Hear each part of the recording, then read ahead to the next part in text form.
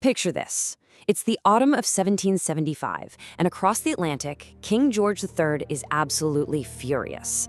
We're talking seething. Following the brazen defiance of the Boston Tea Party and a whole string of rebellious acts, he is determined to punish the American colonies, and he is not messing around. He and his advisors are poring over maps, preparing a massive expeditionary force. They're even seeking out 18,000 German auxiliaries to just absolutely crush this uprising.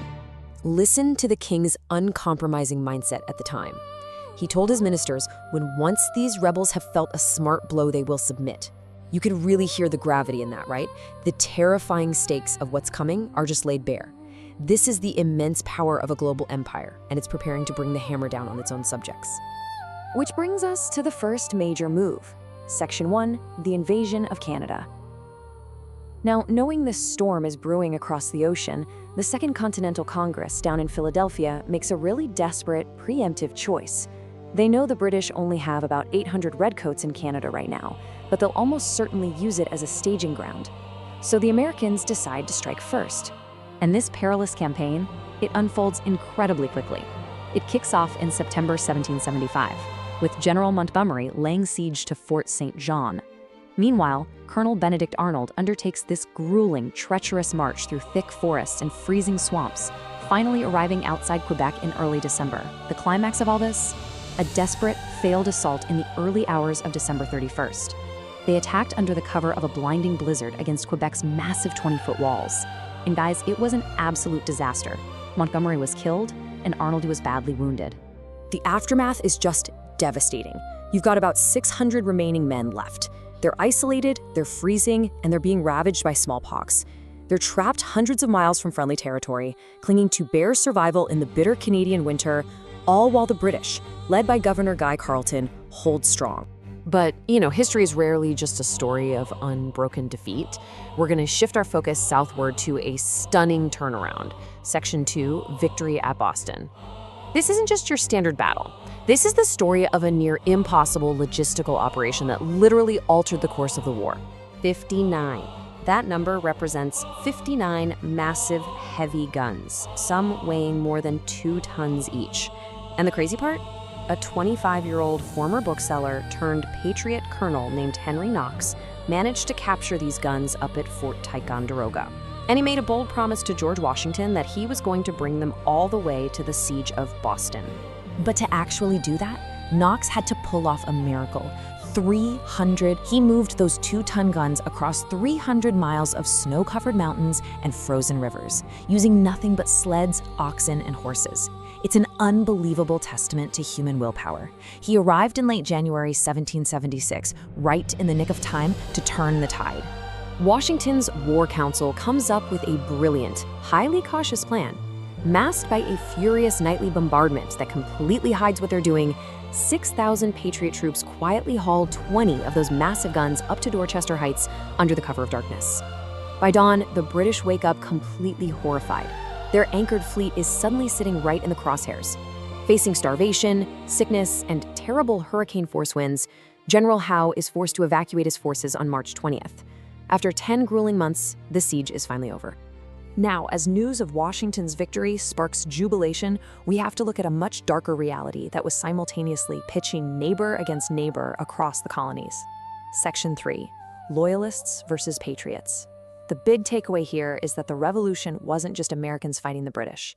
It was an intense, bitter civil war of Americans fighting each other. We see incredibly complex motivations on both sides of this. On one hand, patriots formed local committees of safety, essentially stepping in to enforce compliance and heavily push for independence. But on the other hand, about 1 in 5 colonists were actually loyalists. They had deep economic and religious ties to Britain. And crucially, they were terrified that an American republic would just lead to sheer anarchy. In response to this, rowdy patriot mobs frequently harassed suspected loyalists, investigating them and very often driving them right out of their homes into exile. Listen to this really profound quote from a loyalist at the time. Which is better, to be ruled by one tyrant 3,000 miles away, or by 3,000 tyrants not a mile away? That brilliantly captures the genuine terror so many loyalists felt. They weren't just stubbornly clinging to a king for the sake of it, they deeply feared the horrors of mob rule and the bloody reality of a ruthless internal war. Naturally, the British hoped to capitalize on these loyalist sympathies down in the south, but it ended in complete disaster. Loyalists were ambushed at Moores Creek Bridge, a naval attack on Charleston Sullivan's Island turned into a total fiasco against these spongy palmetto log forts that just completely absorbed the cannonballs, and Lord Dunmore was forced to abandon Virginia altogether. The shocking result of all this, by July 1776, there was literally not a single British soldier left in the southern colonies. With the British temporarily expelled, morale across the colonies is absolutely sky-high. The ideological shift towards a total break from Britain finally reaches its boiling point. Section 4, Declaring Independence. This momentous shift was largely fueled by a British radical living in Philadelphia named Thomas Paine. He wrote a little pamphlet called Common Sense. Listen to his words. "Of more worth is one honest man to society than all the crowned ruffians that ever lived." Using plain, persuasive English, Paine openly mocked the entire basis of monarchy. He radically changed the minds of ordinary citizens, convincing them that self-government was the absolute only way forward. But the true victory here was the sheer scale of the messaging. 100,000, that is the estimated number of copies of Common Sense that just flooded the colonies. It wasn't just the upper merchant classes calling for a break anymore. Paine's words convinced the masses that an independent republic wasn't just a nice idea, it was a necessity. Fast forward to June, and Congress is debating daily. Unanimity is required, which is no small feat. Through tense backroom deals and some last-minute U-turns, a drafting committee of heavyweights works tirelessly. We're talking John Adams, Thomas Jefferson, Benjamin Franklin, Roger Sherman, and Robert Livingston. Finally, on July 2nd, 1776, Congress votes in favor of independence, and they formally adopt the written declaration 2 days later, on July 4th. We all know these famous, unalienable rights: life, liberty, and the pursuit of happiness. But the crucial reality behind the scenes was intense political compromise.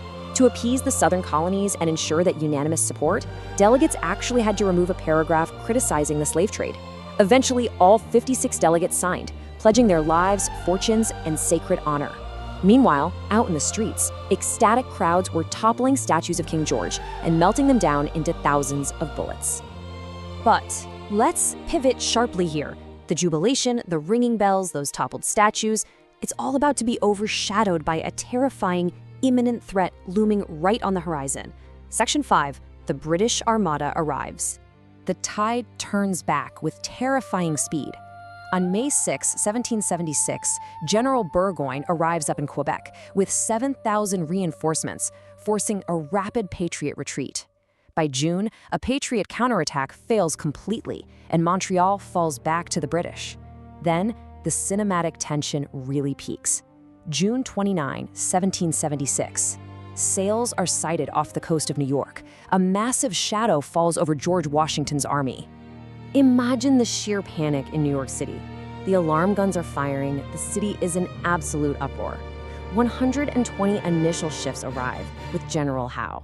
They're carrying 10,000 soldiers who have spent the last 3 months training, burning, to avenge their humiliating defeat at Boston.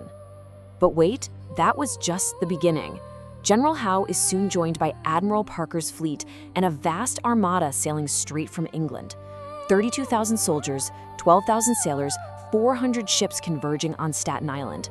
To put that into perspective, this combined force represents almost half the entire military might of the British Empire, and they are landing completely unopposed. Which leaves us with this breathtaking reality. How could a newly declared, completely fractured nation, basically just a handful of independent states heavily reliant on local militias, survive the full, concentrated might of the British Empire? It's the ultimate David and Goliath scenario, and the true test of this newborn republic is only just beginning. Why does this matter? Because against all odds, this impossible standoff is exactly what forged the nation we know today. So, what do you think happened next? Keep that in mind, and we'll see you next time.